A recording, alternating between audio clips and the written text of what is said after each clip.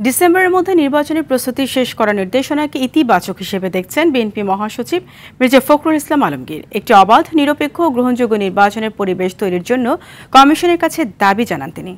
আর জামায়াতের secretary general মিয়া গোলাম পরওয়ার বলেন, সুষ্ঠু নির্বাচনের পথে একটি অপশক্তি বাধা সৃষ্টি করছে। রুদ্র রফিকের রিপোর্ট।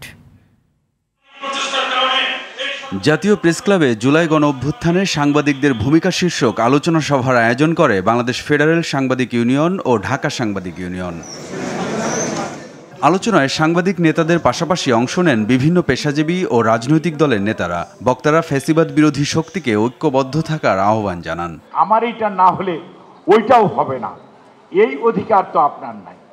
এই যে মানসিকতা আর পলায়নকৃত স্বৈরাচারের মানসিকতা একই মানসিকতা। দেশের সব অনিশ্চয়তা দূর করে নির্বাচন করতে পারার মধ্যেই এই জুলাই অভ্যুত্থানের সার্থকতা নির্ভর করে। জামায়াতের সেক্রেটারি জেনারেল মিয়া গোলাম পরওয়ার বলেন, নির্বাচন চায় তার দল, তবে আওয়ামী লীগ আমলের মতো নয়। জনগণের ভোটে নির্বাচিত জনপ্রতিনিধিদের কাছে ক্ষমতা হস্তান্তরের মধ্য দিয়ে এটি নিরপেক্ষ নির্বাচনের যে প্রক্রিয়ার দিকে এগিয়ে যেতে চাচ্ছি, বারবার একটি অপশক্তি সেই পথে বাধার সৃষ্টি করছে। প্রধান অতিথির বক্তব্যে বিএনপি মহাসচিব মির্জা ফখরুল ইসলাম আলমগীর বলেন, বিএনপির রক্তের সঙ্গে সংস্কার মিশে আছে।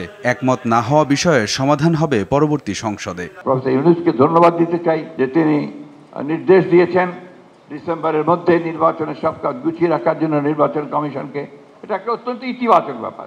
নির্বাচন তো এই দেশের মানুষ চায়, নির্বাচনের জন্য মানুষ প্রাণ দিয়েছে। তো দ্রুত নির্বাচন অনুষ্ঠানের মধ্য দিয়ে গণতন্ত্রের উত্তরণ হবে বলে প্রত্যাশা বিএনপি মহাসচিবের।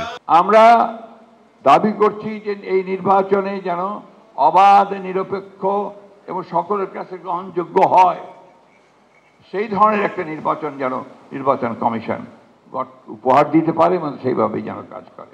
আলোচনা শেষে জুলাই আন্দোলনের শহীদ সাংবাদিক পরিবারের সদস্যদের সম্মাননা প্রদান করা হয়।